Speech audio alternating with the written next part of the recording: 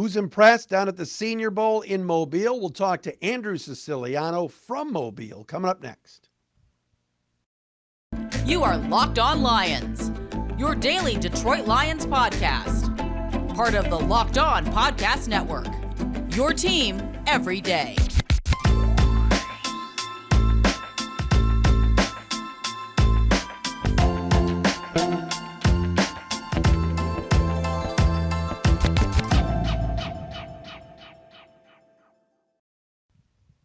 What's happening, everybody? Matt Dery with you. It is a Friday edition of Locked On Lions right here on the Locked On Podcast Network. Your team every day, Friday, February 3rd into the weekend, February 4th and 5th. Thanks for making us your first listen and checking us out wherever you get your podcasts. Coming up on the show today, let's talk some Senior Bowl.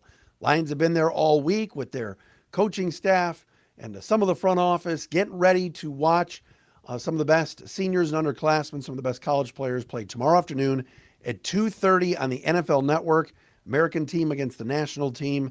And yes, Andrew Siciliano, the voice of the Senior Bowl on the NFL Network, will be calling the game with Charles Davis and Daniel Jeremiah tomorrow at 2:30 Eastern. Will join us coming up momentarily here on the podcast.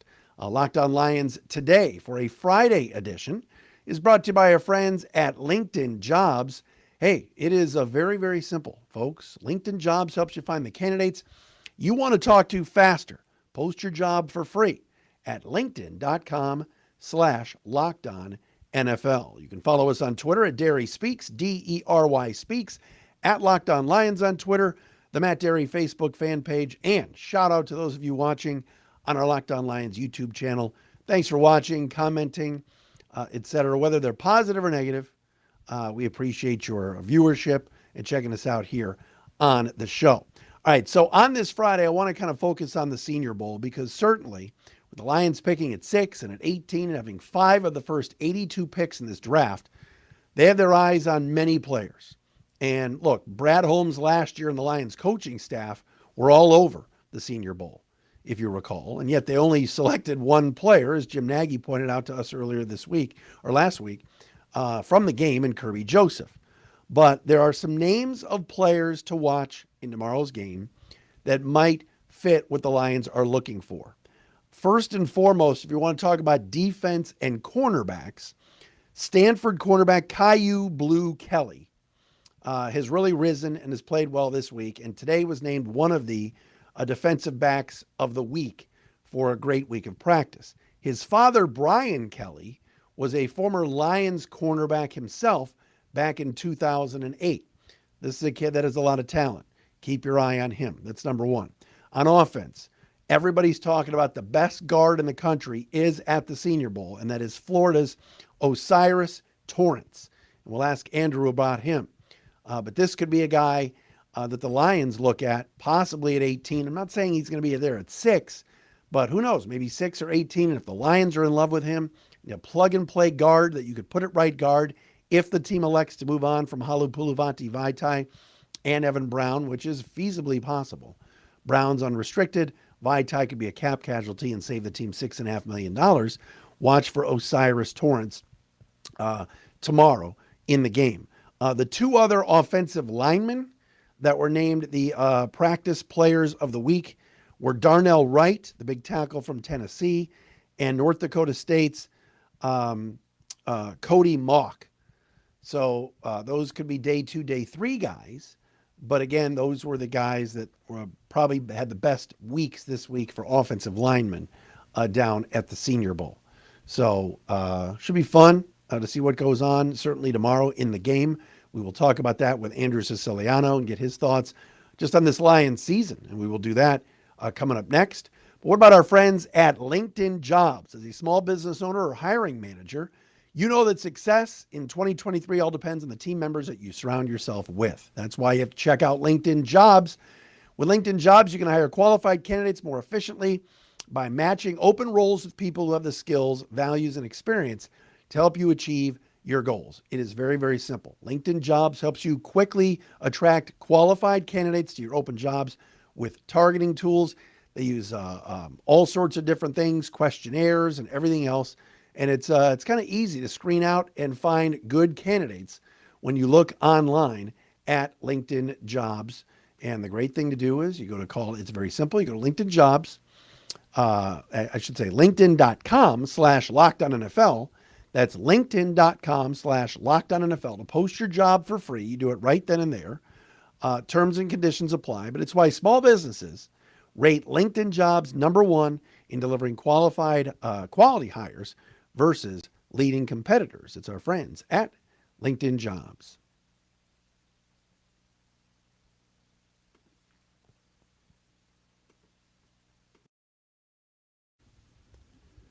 Oh, we promised you this man, Andrew Siciliano, joining us today from the NFL Network. He'll be on the call of tomorrow's Senior Bowl as he is live and direct from Mobile, Alabama. Mr. Mobile himself. Look at you. I am direct. I don't know that I'm live, but I am direct. Yes. How is Alabama? You know, you're an LA guy. You're out doing the NFL Network thing in LA, and then every year you get transported over to Mobile, Alabama. Is that like a culture shock? What's that all about? It's actually amazing, and I'm not saying this just to promote the game or the town, but the town itself and really all of Lower Alabama, Southern Alabama, puts on an amazing show. It is Mardi Gras week here, and for those who do not know, if you don't know, then you've never been here. Mobile, everyone from here will tell you that Mardi Gras was theirs; they invented it, so to speak, and then New Orleans stole Mardi Gras. So the Mardi Gras celebration, there'll be a parade right outside this hotel room window tonight that will be lit. I mean, we're talking 100,000 people or something. It is insane. Nelly is performing tonight. Matt, I hope you can get here in time. Wow. It is a big deal. And the Senior Bowl, as part of the week celebration, it doesn't fall during Mardi Gras every year, but it normally does. The Senior Bowl is a big deal. I mean, it is a very, very, very big deal for the people of this region. There are a whole bunch of kids. I say kids, we're getting old, but players here from not only Alabama, I mean, Alabama Crimson Tide guys, but actually from Mobile over the years. That's always been a big deal. Jalen Tolbert last year was the most notable one. Kids who grew up going to the Senior Bowl and wanting to play in it, and they're going to get that chance on Saturday. And it's a great thing as well, just for these players to step it up a notch, work out all week with all the coaches and GMs here, and then put on one big show on Saturday. Any truth to the rumor that Jim Nagy will be out on the streets throwing beads? Is that true? He will actually. He'll be on a float. Yeah, I guarantee you. He will. I love it. Yeah, there are floats. Absolutely. He's the man. He does a great job at the game, and as do you and your Comes out and crew. do a lot. He does. It is a labor of love, and it is a year-long labor. I mean, he is out there scouting. He's got a great staff, all former NFL guys, and they truly are scouting the entire year. They're talking with all 32 teams to find out who it is they want to see up close. All right, so before we get into some of this Senior Bowl stuff, how about the Lions? You know, we've had you on so many times, and you've said, "Hey, admittedly, I don't see a ton of the Lions because they just haven't been winning." And obviously, the NFL Network showcases every team, but some of the top-notch teams get the billing. This time around, you got to see a lot of the Lions. What'd you think of this past season? I mean, I give Brad Holmes and Dan Campbell all the credit in the world. I think a lot of people doubted them. I think certainly midway through the season they were doubted, and they proved that a little bit of patience, a little bit of staying power, and a lot of good football, and that they had this thing moving in the right direction. Jared, I mean, Brad always said Jared's not a bridge quarterback. Well, certainly he backed him up on that this past season. And then I think if you look at what they did, not only in the draft, at the top of the draft with Aiden Hutchinson, but the bottom of the draft as well. We were at the NFLPA game this past week in Pasadena.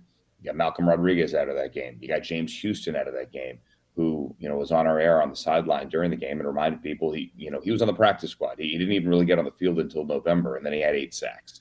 So it shows you, everyone focuses on the 6th overall pick, but it's about the bottom of the draft as well. And that's something that Brad, the guy that he worked under, Les Snead, was able to do so well with the Rams. People want to focus on Jalen Ramsey and Matthew Stafford and Aaron Donald. Yes, those 3 guys were huge parts of winning the Super Bowl. They would not have won without it, but they also would not have won without guys like Greg Gaines, who was a 4th-round pick and a local guy from Southern California as well, or Jordan Fuller, or Darius Williams, who went free agent, went to Jacksonville, who was a waiver claim. Those guys, the bottom third of your roster. Brad Holmes has already shown, I think, a pretty good job of building that. When you look, Andrew, at what's next for the Lions, how do you kind of look at this, and how do you look at the rest of the division? There's going to be a lot of people this summer, and when those, the preview magazines come out, and you guys are hammering it away on the network, they're going to pick the Lions to win the division. Do you think that's warranted? It's a long way between now and week 1 in September. I do think the Lions will get some preseason hype, but a lot of that might depend on what they do at 6 and what they do in free agency. Do they spend money in free agency? How much flexibility do they have? How close do they think they are? And a huge part of that as well, let's cut the nonsense, is what the quarterback in Green Bay does, because that will change everything. Look, he may stay there and they may add, it's tough with the cap, but they may go get the wide receiver that he thinks he needs.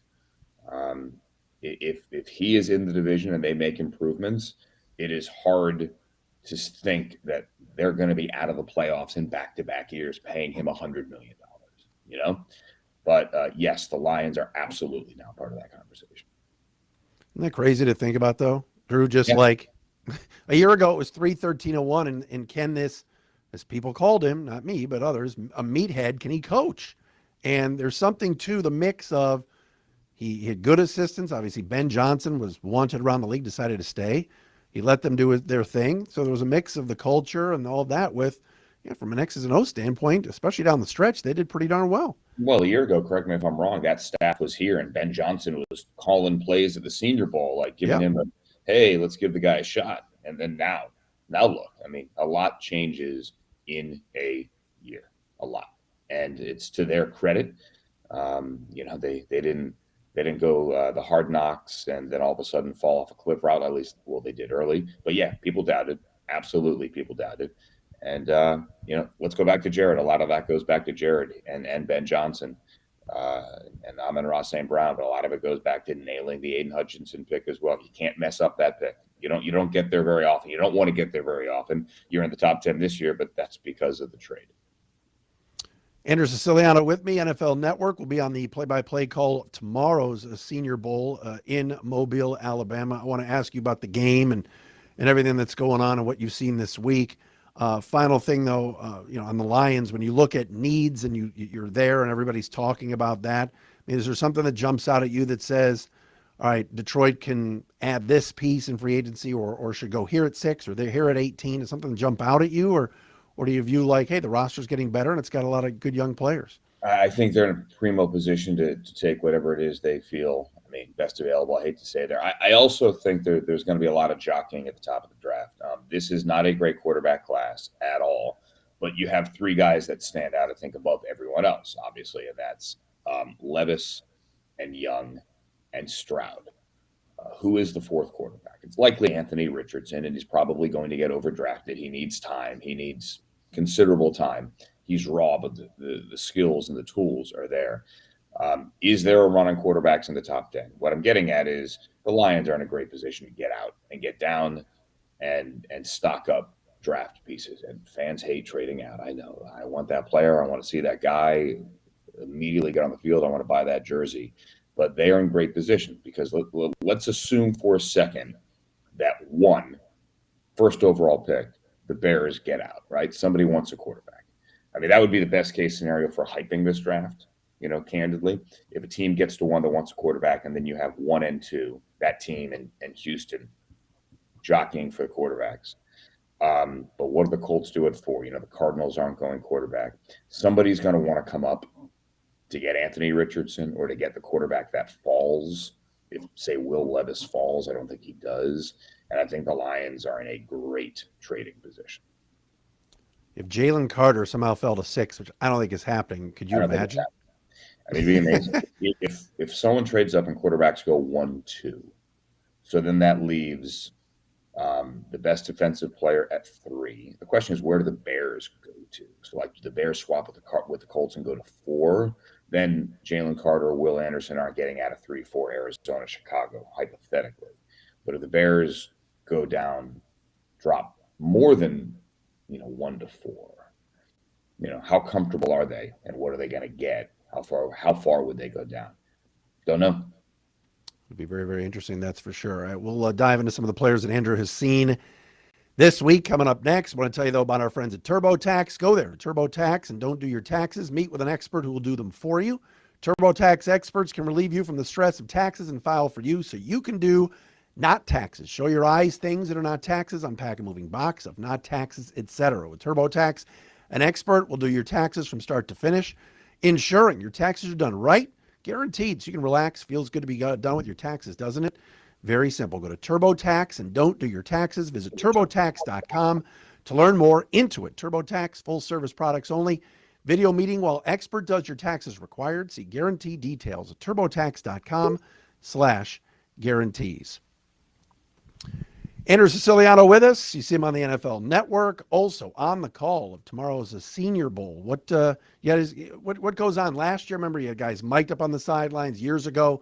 You were talking to Sean McVay, Matt Patricia, all these coaches. What do you guys have in store for the broadcast tomorrow? It's a great question. Don't know who's going to be mic'd up, but I'm sure we'll do something similar. Last year, the best part of it was Tom Pelissero, as he says, willing to debase himself on live television, down there trying to get play calls from the booth. We wanted this and we wanted that. They dialed up some deep shots. It was fun, and that's honestly the best part about this game.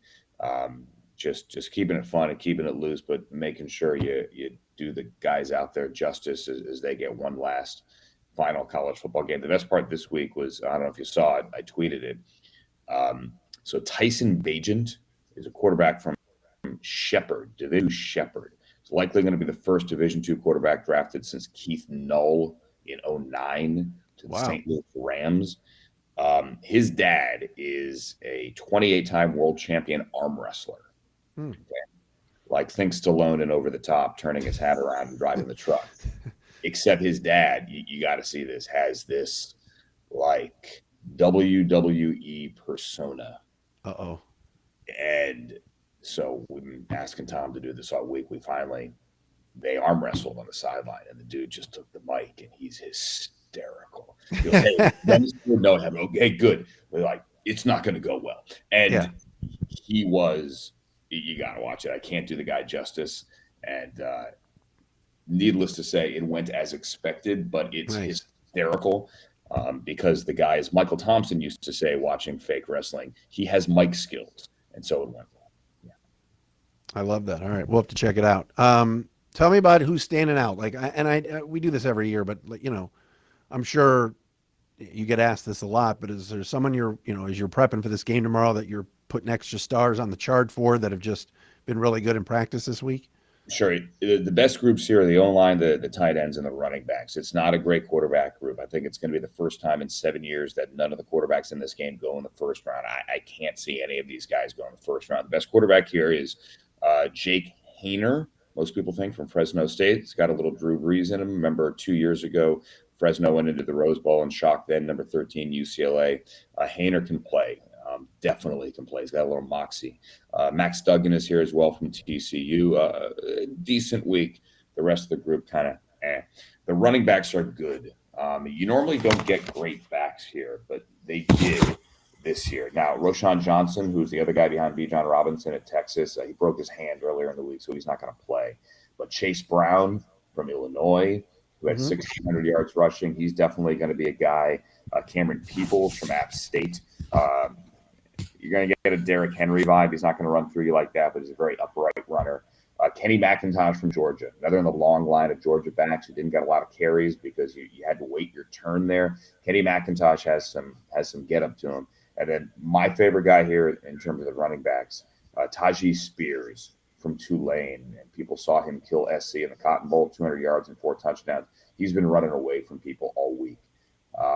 Offensive line, Osiris Torrance from Florida. Yeah. Get excited about a guard. He's probably a top 10 pick. Darnell Wright, the tackle from Tennessee. He had a really good week. Steve Avila, who played on that TCU team, who could play 4 positions. Jalen Duncan, the Maryland tackle, on athletic ability alone, may get his way into the bottom of the first round. But the guy that really stood out and the guy that is going to be fun, much like Quinn Miners a couple of years ago in Denver, a small school guy, smaller, North Dakota State, obviously a great program, and Cody Mauk. He's got this long red hair. He's got no front teeth. He had his shirt up all week. The big belly hanging out. He is a character, but it's not an act. He's just a fun kid. And he was a tackle at North Dakota State, kind of shorter arms. They moved him inside this week, and he won every rep. So he might get into the bottom of the first round as well, kind of like a Trevor Penning, like last year, but nasty, but not mean. Penning really went overboard last year here, like throwing dudes helmets and borderline dirty. This guy's not that, but he's got personality. I want to ask you about Torrance because you think the Lions and you go, all right, 6-18, like you said, best available. They could use a D tackle. They could always use a corner, but right guard is a question on this offensive line, which is a great line. But the right guard could Torrance go at 6? Could Brad Holmes fall in love?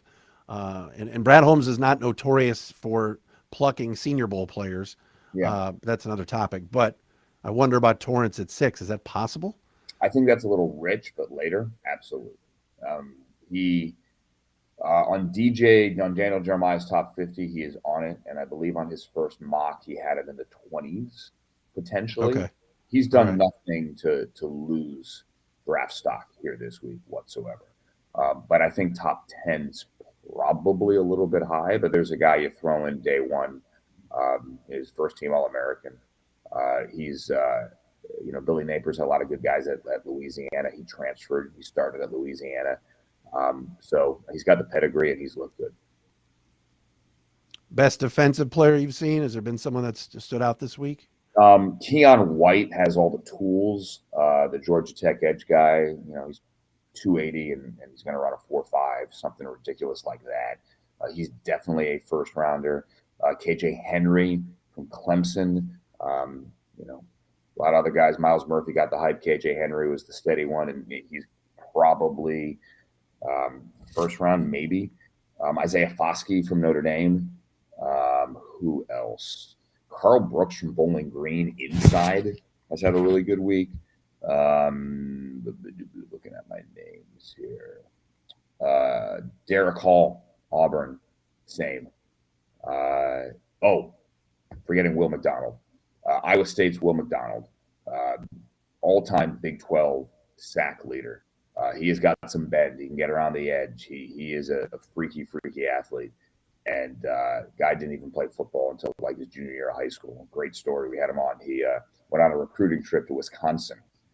Guy didn't watch sports as a kid. He didn't at all. Wow. And they get him in there to Wisconsin. Like, man, you can be the next J.J. Watt. He goes, who's J.J. Watt? I had no idea. He also jumps over cars, like legitimately. Like there are a dozen videos of him like jumping over cars in his free time. Like Blake Griffin in the dunk contest years ago? Yeah. But in parking lots, like before games. He's a different cat. But he's been impressive. One local kid here, Jaden Reed from Michigan State's had a really good week, right? He's blown by people. I mean, forget about what the GPS tells you. He just literally is juking guys and running right by him. He has had a very good week. It's been tough to evaluate. They'll tell you all the wide receivers because the quarterbacks have had trouble delivering them the football. But Jalen Reed's looked good. That happened to him at Michigan State last year, so I think he's used to it by now. All right, final thing. So, all right, you're in Mobile. Are you then going to the Super Bowl? What's your schedule? Are you getting a break here? Going home for a couple of days, right back at it on Monday on NFL Now and NFL Network at 1 p.m. Eastern, and then shipping off to Phoenix. Yeah, Phoenix. We're in Phoenix later in the week. Nice. So, and you've been to the game. I recall you and I saw you in Arizona years ago when the Super Bowl was there. How many years in a row now have you been to the game? I didn't go the COVID year actually to the game. Actually, I didn't make that trip at all to Tampa, right? When the Bucs went in Tampa. So other than that one, I have been to every one dating back. I'm very fortunate. I'm very, very, very grateful to have these opportunities and keep on working. But every single one since Ravens, Giants in Tampa in the 2000 season. It's crazy. So, yeah, crazy. We're getting old, brother. We'll be there next year when it's Browns Lions. Oh, how about that? Could you imagine? Oh my No, gosh. actually, I cannot. But Let's just. I get people all the time like, oh yeah, the Lions are going to the Super Bowl next year. I'm like, let's just see them win a playoff game first. Like, hold on a second. And I get it. You go from 3 wins to 9, and it's such a likable team. But Super Bowl, hey, look, let's. Zach Taylor, after 2 years, had what, 6 wins? Yeah. And look what they did. I'm not suggesting that the Lions are going to win, back-to-back NFC championships, or rather go to back-to-back NFC championships. But we have seen crazier things happen. No question about it. All right, Drew. Great to see you, buddy. Have a great call tomorrow. Yes, sir. Thank you. But nice shirt, by the way. Oh yes, your spot, Manny's. Are you a shirt world guy or a Manny's guy? I look at Manny's online a lot. There you go. Oh yeah, they always send the free stuff. Whenever if you buy anything at Syracuse for any Syracuse gear, and I don't think anybody's buying any Jim Boeheim gear at the moment. That's another topic for another day. Manny's always takes care of you with the freebies, so I'm kind of the king of the freebie shirts, as my brother always says. But Love it. great to see you, bud. Thanks for doing it. Yes, sir. Andrew Siciliano with us, NFL Network, NFL Now. He's everywhere, and we'll be on the call of the Senior Bowl tomorrow on NFL Network. Check him out.